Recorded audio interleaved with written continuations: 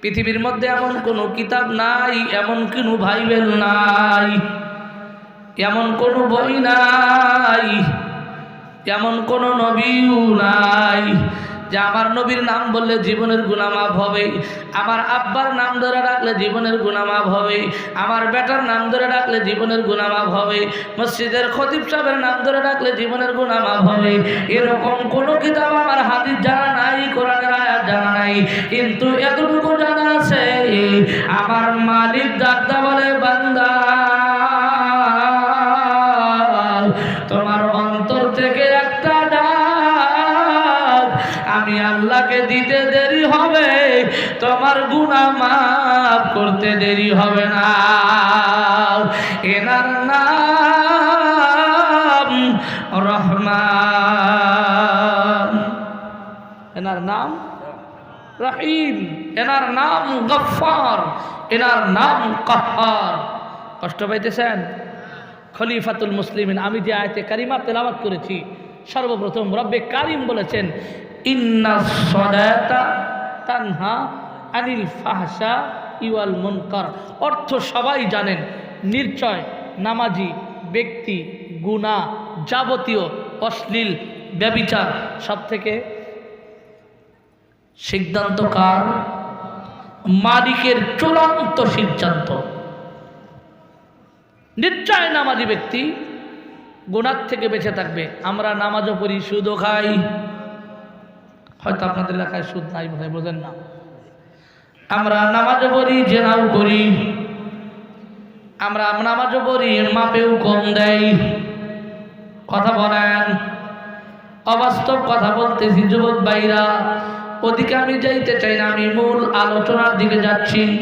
নবীজি যেন কোথায় যাইতেছিলেন? মেরাজে। যুবক ভাইরা, ছোট্ট একটা ঘটনা বলি, নবীজির মেরাজের ঘটনা সবাই জানেন। আল্লাহ পাক রব্বুল আলামিন যখন নবীজিকে মেরাজ দেখাইছিলেন, জান্নাত দেখাইছিলেন, জাহান্নাম দেখাইতেছেন, এই কথাটা এরকম যুবক ভাইরা রে, আল্লাহ পাক রব্বুল আলামিনের পয়গম্বরকে আল্লাহ পাক স্বয়ং ধরে ধরে নিয়ে যাচ্ছেন। যাওয়ার পরে সামনে যখন অগ্রসর হয়েছে, দেখে এত সুন্দর একটা দরজা দেখা যায়। আল্লাহর পয়গম্বর থেমে গেছেন। আল্লাহর পয়গম্বর ডাক বলে, আল্লাহ, মনে হয় এটাই আমার জান্নাতের দরজা।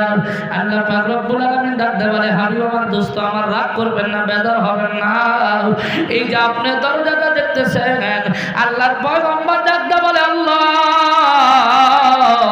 এত সুন্দর দরজা তো আমি জান্নাতের কোনো জায়গায়, মসজিদে নববীর মধ্যে কোনো জায়গায় পাই নাই, খানা কাবার মধ্যে কোনো দরজা পাই নাই। আমার আল্লাহ ডাকতে বলে, পয়গম্বর, এই দরজা বানাইতে কোনো কাঠ লাগে নাই, এই দরজা বানাইতে কোনো মিস্ত্রি লাগে নাই, এই দরজা বানাইতে চৌরাপাড়ার কোনো দোকানদারের তার কাটা লাগে নাই, কোনো মিস্ত্রি লাগে নাই, কোনো এন্দা লাগে নাই। আমি আল্লাহ বলছি তো হয়ে গেছে। আমি আপনাদের কাছে একটা প্রশ্ন করি, এই চৌরাপাড়ার কোনো যুবক যদি বিয়ে করে, ওই যুবকের বাসর ঘরের জন্য আগে কি বানার লাগে? ঘর। হ্যাঁ, আগে তো খেয়ার পাইরা শুনছি আমরা, এখন নয় খাট আছে, কি কন? ওই খেয়ার আবার সকালবেলা মারা জড়ো করে তুইছে, আবার একটু রোদ উঠলে আবার নাকি, এখন নয় খাট। আগে ঘরের দরকার। কিসের দরকার? ঘরের দরকার। মুসলমান ভাইরা, আমার যুবক ভাইরা, আমার আল্লাহ রব্বুল আলামিন ডাক বলে, পয়গম্বর, আমি আল্লাহ আশারায়ে মুবাশশারা 10 জন সাহাবীর জান্নাতের কথা তোমাকে বলছিলাম। বলে হ্যাঁ। তাহলে আশারায়ে মুবাশশারা 10 জন সাহাবী দুনিয়ার মধ্যে যুবক বিয়ে করলে যদি বাসর ঘর লাগে, তার বিয়ে করার আগে নতুন নতুন বউ নিয়ে আসবে, তার ঘর লাগে। আমি আল্লাহ আশারায়ে মুবাশশারা 10 জন সাহাবীর জন্য যে জান্নাত বাজেট করে রাখছি, আমি আল্লাহ এই জন্য 10 জন সাহাবীর জন্য আগে জান্নাত আমি বানায় রাখছি। কারণ যখন তারা চলে আসবে, আল্লাহর নবী ডাকতে বলে, আল্লাহ নয় বুঝলাম, কিন্তু এই দরজাটা কার? আমার আল্লাহ ডাকতে বলে, ও পয়গম্বর, একটু উপরের দিকে তাকাও। উপরের দিকে তাকায় দেখে দরজার মধ্যে লেখা হযরত ওমরের নাম। কার নাম? আল্লাহর হাবিব বলে, আল্লাহ, যদি ওমরের জান্নাতের দরজাটা এত সুন্দর হয়, না জানি ওমর যেই খাটের মধ্যে ঘুমাবে, খাটটা কত সুন্দর হবে রে, না জানি ওমর যেই খাটের মধ্যে বালিশ থাকবে বালিশটা কত সুন্দর হবে, না জানি ওমর যেই ফটোর মধ্যে হাঁটবে হাত ফলকটা কত সুন্দর হতে পারে। এ যুবক ভাইরা, এই কথা বলতে বলতে আরেকটু পাকে নিয়ে গেছে, দেখে এই দরজা সেই দরজা আরো সুন্দর। সুবহানাল্লাহ বলেন, এই দরজা আরো সুন্দর। আল্লাহ এইটাই বোধহয় আমার জান্নাতের দরজা। আমার আল্লাহ ডাকতে বলেন না, এই দরজাও তোমার না। বলে এই দরজা কার? বলে এই দরজা হলো তারা তো সৌন্দর্য, যিনি আপনার শ্বশুর আব্বা। বলে ওমরের চাইতে দরজা তো সুন্দর কেন? বলে এক নাম্বার হলো কার? আপনার বন্ধু, এরপরেও আপনার শ্বশুর আব্বা, এরপরেও আপনার সাহাবী। হ্যাঁ,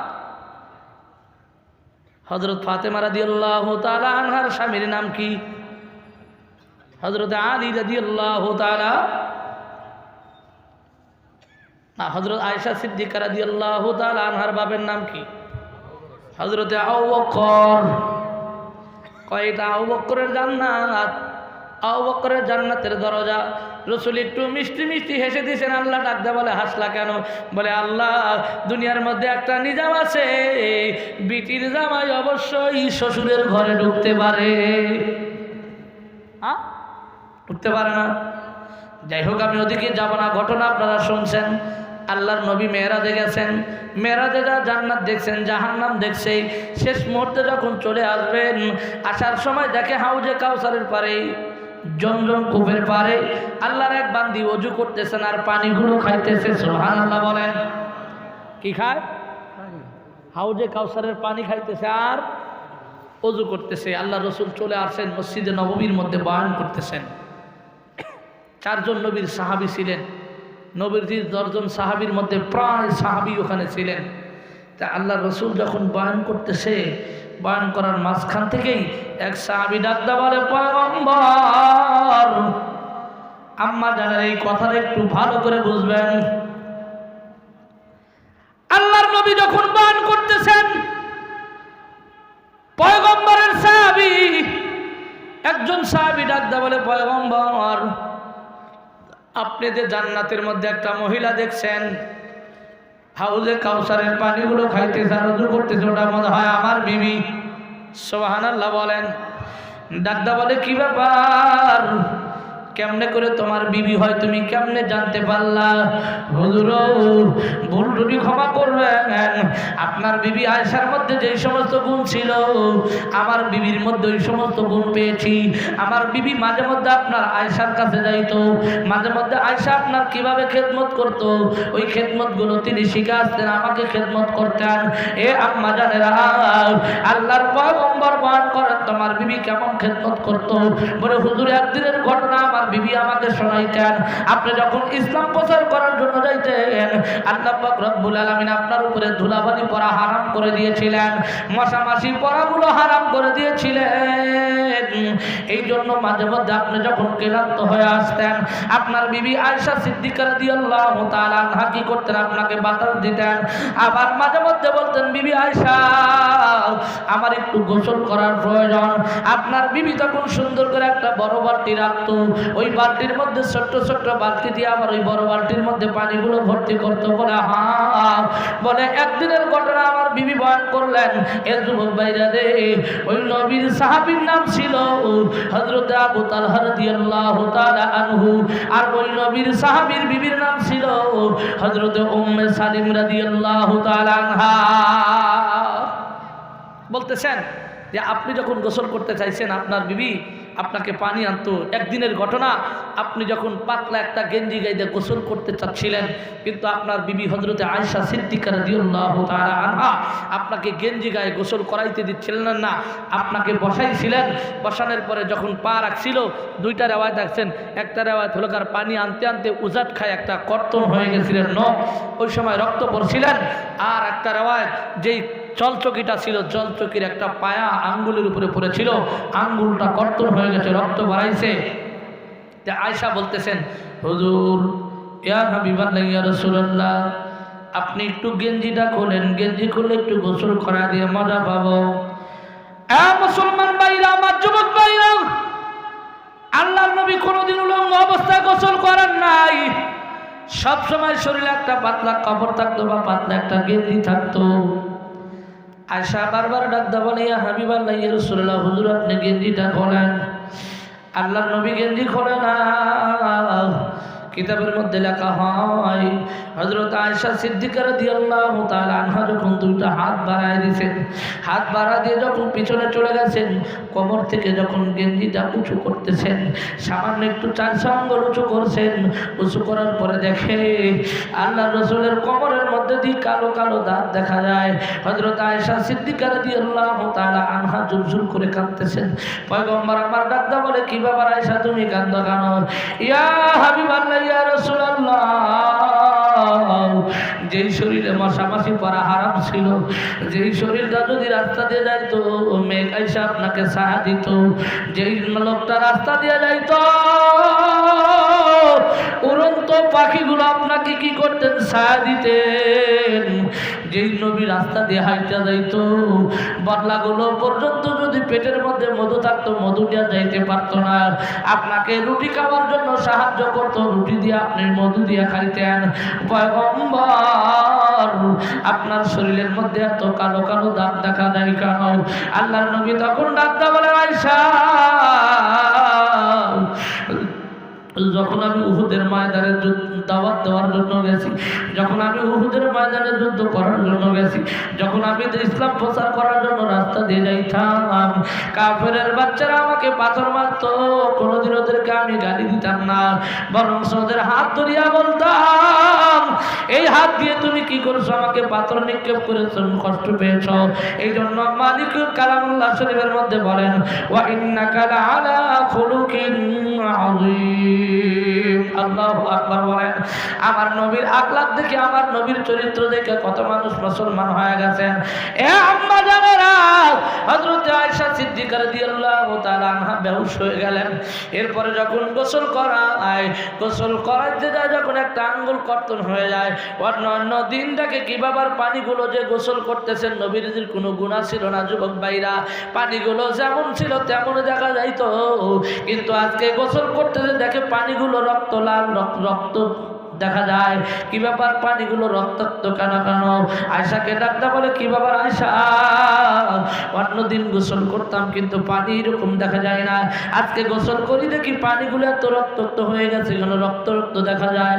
আয়েশা তখন চোখের পানি ভরা ডাকতে বলে, ইয়া হাবিবাল্লাহ, ইয়া রাসূলুল্লাহ, আপনাকে যখন গোসল করাইতেছিলাম আমার একটা আঙ্গুল কর্তন হয়ে গেছে, আমি চিন্তা করলাম আপনার গোসল করার মধ্যে যদি আমি আঙ্গুলের হেফাজত করি, আল্লাহর পয়গম্বর কষ্ট পাবে, আর স্বামী যদি কষ্ট পায় তাহলে আমার আয়েশা জাহান্নাম ছাড়া কোনো বুদ্ধি নাই।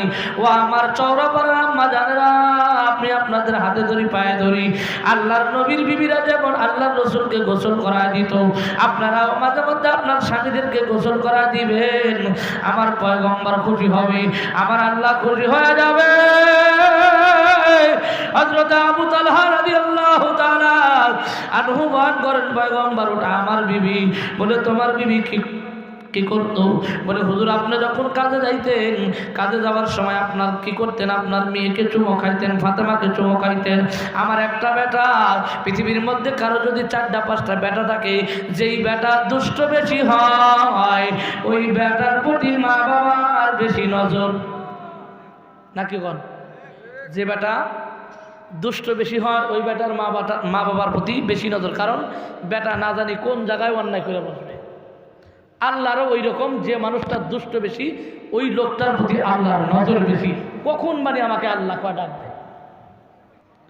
তো হযরত আবু তালহা রাদিয়াল্লাহু তাআলা আনহুর বিবি এনাকে খুব খেদমত করত। একটাই মাত্র বেটা, বেটাটা সবসময় অসুস্থ থাকতো। তে আবু তালহার মধ্যে একটু নবীজির সুন্নতের একটু অনুতপ্ত ছিল।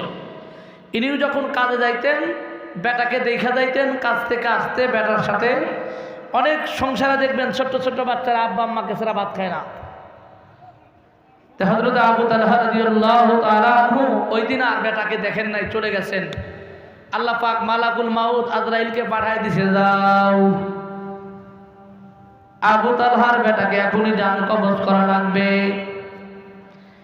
এ আম্মা জানেরা, কিতাবের মধ্যে রাখা হয় যখন আবু তালহা রাদিয়াল্লাহু তাআলা আনহুর বেটা উম্মে সালিম রাদিয়াল্লাহু তাআলা আনহার বেটাকে দুনিয়া থেকে বিদায় নিয়ে চলে গেলেন, যখন তার রূহটা নিয়ে চলে গেলেন, এদিকে স্বামীও কাজে চলে গেছেন। আবু তালহার বিবি সুন্দর করে তাকে দোয়াইছেন, কাফনের কাফন পরাইছেন, নিজেই কবর খনন করেছেন। কিন্তু আমাদের এলাকার মধ্যে একটা বৈশিষ্ট্য আছে, একটা আমল আছে। দেখবেন বাড়িতে যদি কোনো নারায়ণ ঝগড়া লাগে অথবা বিবাদ ফাসাদ লাগে অথবা দেওর বাসুরের সাথে কথা কাটাকাটি হয়, স্বামী যদি কাজে চলিয়া যায়, এই যে একটা ফোন আছে, ফোন দেওয়ার সাথে সাথে স্বামীর কানে দেয় কি দেয় না, মানে ওই স্বামীর সারাদিনকার কাজ নষ্ট। কি কর মুসলমান ভাইরা, হযরত উম্মে সালিম রাদিয়াল্লাহু তাআলা আনহা স্বামীর কানে দেন নাই, বেটাকে সুন্দর করে গোসল করাইছে, কাফনের কাফন পরাইছে, কবরটা খনন করছে। কবর খনন করার পরে কি করছেন যুবক ভাইরা, কবরের মধ্যে রাখছেন। বিকেলবেলা যখন স্বামী চলে আসে, আল্লাহর বান্দি উম্মে সালিম সুন্দর করে স্বামীকে খেদমত করার জন্য গেটের মধ্যে দাঁড়ায় আছে পাখা নিয়া।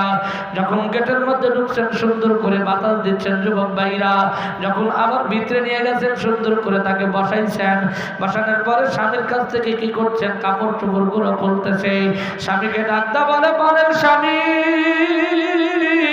পানি রেডি করছে, আপনি একটু গোসল করে নেন। এই যুবক ভাইরা, মাদ্রাসায় এসে আমার অন্তরটা ভরে গেছে, দিলটা ভরে গেছে। ওযু করবো দেখি ছোট্ট ছোট্ট বাচ্চারা গরম পানি করে রাখছে।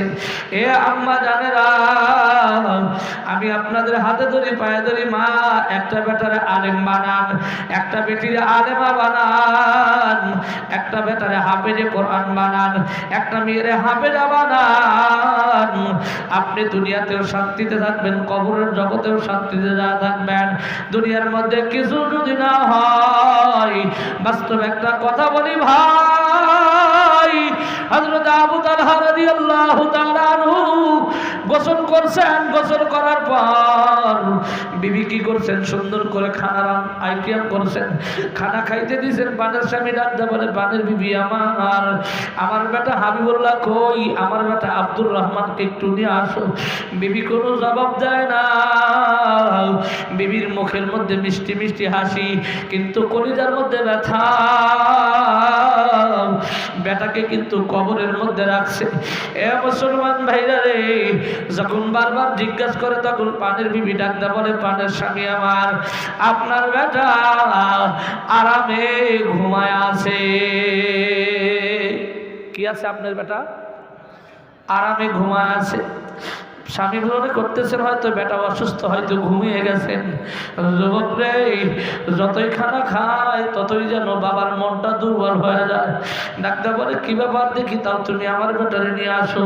খানা খাওয়া যখন শেষ হয়ে গেছে, এ যুবক ভাইরা, ডাক্তার বলে, দেখো তো বেটা ঘুম থেকে উঠছে নাকি না। খানা খাওয়া যখন শেষ, বিবি চোখ দিয়ে জল জল করে পানি ফালাইতেছে। স্বামী আবু তালহা ডাক্তার বলে, বিবি, অন্যদিন খানা খাওয়াও কোনোদিন তোমার চোখের পানি বাড়ায় না, আজকে কেন তুমি কি জন্য কাঁদতেছ? এ যুবক ভাইরা রে, জনম দুঃখিনী মা তখন ডাকতে বলে, পানের স্বামী আমার, আপনার কাছে কেউ যদি আমানত রাখে, আমানত রাখে আপনি দিয়ে দিবেন না? পানের স্বামী আবু তালহা ডাকতে বলে, হ্যাঁ হ্যাঁ অবশ্যই দিব। এ আম্মা জানেরা, পানের বিবি ডাকতে বলে, স্বামী, আপনি যখন পাহাড়ে কাজ করার জন্য চলে গেছিলেন, আমি জানি আপনার কাছে খবর দিলে হয়তো আপনি স্ট্রোক করতেন বা আপনি কি করতেন, হয়তো আপনি অসুস্থর মধ্যে পড়ে যাইতেন, এই যে আপনাকে খবর দেই নাই। আল্লাহ পাক রব্বুল আলামিন যে আমাকে আপনাকে একটা বেটা দিয়েছিলেন, আল্লাহ পাকের জিনিস আল্লাহ পাক নিয়ে গেছেন, এই জন্য তাকে আমি দাফন কাফন করে রাখছি। হযরত আবু তালহা রাদিয়াল্লাহু তাআলা এই জমিনের মধ্যে পড়ে গেছেন। জমিনের মধ্যে পড়ে ডাকতে বলে, নিষ্ঠুর বিবি রে, তুমি আমাকে জানাইলা না কেন? দেখি তুমি কোন জায়গায় কবর দিয়েছো। বিবি তখন জোর জোর করে কান্দে, পানের স্বামী আমার, এই যে আপনার বেটার কবরটা এই জায়গায় রাখছি, কবরের পাশে যায় বাবা কান্নাকাটি করা আরম্ভ করতেছে। যখন একটু জ্ঞান ফিরতে যুবক ভাইরা দৌড়ায় গেছে পয়গম্বরের কাছে, মসজিদে নববীতে চলে গেছেন। যা দেখে আল্লাহর পয়গম্বর বয়ান করতেছেন, কিন্তু আবু তালহার চোখের মধ্যে ঝুরঝুর করে পানিগুলো টপ টপ করে পড়তেছে। আল্লাহর নবী ডাকতে বলে, ওমর, ওই যে আমার একজন সাহাবী আবু তালহা ভিতরে ঢুকতেছে, ওকে আসতে দাও। আবু তালহা যখন মসজিদের মধ্যে ঢুকলেন, আল্লাহর পয়গম্বর বুকের মধ্যে জড়ায় ডাকতে বলে, এ আবু তালহা,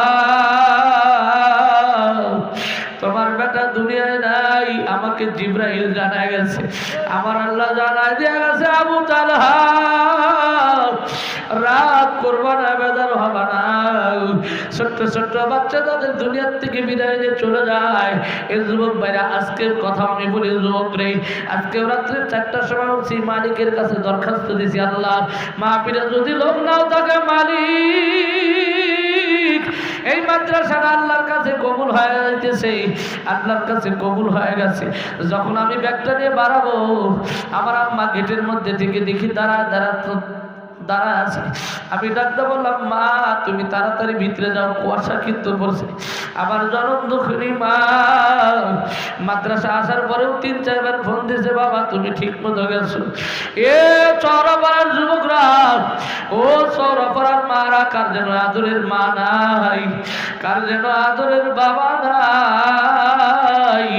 এখনো যত রাত্রেই বাড়িতে যাই মাহফিল শেষ করিয়া, বিবিকে বারবার গেটের মধ্যে টোকা দেওয়া লাগে, দরজার মধ্যে টোকা দেওয়া লাগে। আগে যখন বাড়ির মধ্যে যখন গাড়ি ঢুকাই, সঙ্গে সঙ্গে মা দরজা খুলে দেয়। মাকে ডাক দে, মা তুমি কি ঘুমাও না? কয় আমি জানি আমার বেটা মাহফিল করার জন্য গেছে, আসবে হয়তো আয়েশা ডাক দিবে, ঘর দরজা খুলতে যদি দেরি হয়। কারণ আল্লাহর নবীর বিবি আয়েশা সিদ্দিকা রাদিয়াল্লাহু তাআলা আনহা, হযরত খাদিজাতুল কুবরা রাদিয়াল্লাহু তাআলা আনহা ঘুমাইতো না, রাসূল চলে যাইতো, ঘরের সাথে দরজা লাগায়া টেক লাগায়া কাঁদতো। যুবক ভাইরা দাঁড়া থাকতো। ওই আদরের মা কার নাই, ওই আদরের আব্বা কার নাই। ওই আব্বা আমার জন্য দেখি সর্বপ্রথম ব্যক্তি হুজুর আমি 10,000 টাকা আমার আব্বার জন্য মাদ্রাসার থেকে দিলাম। আমার যুবক ভাইরা, আমার কলিজা ঠান্ডা হয়ে গেছে। ছোট্ট ছোট্ট বাচ্চাদের তেলাওয়াত দেখছেন, আপনাদের এই গ্রামের চেয়ারম্যান এত সুন্দর তেলাওয়াত করতে পারবে না। ওই ছোট্ট বাচ্চার তেলাওয়াত শুনে আমার চোখ দিয়ে পানি আসছে। অনেকেই কিন্তু দেখছেন যুবক রে, কারণ ওরা এমন একজন মালিকের কোরআন শিখতেছে, এই মালিক কোনোদিন ফাঁকি দিবে না।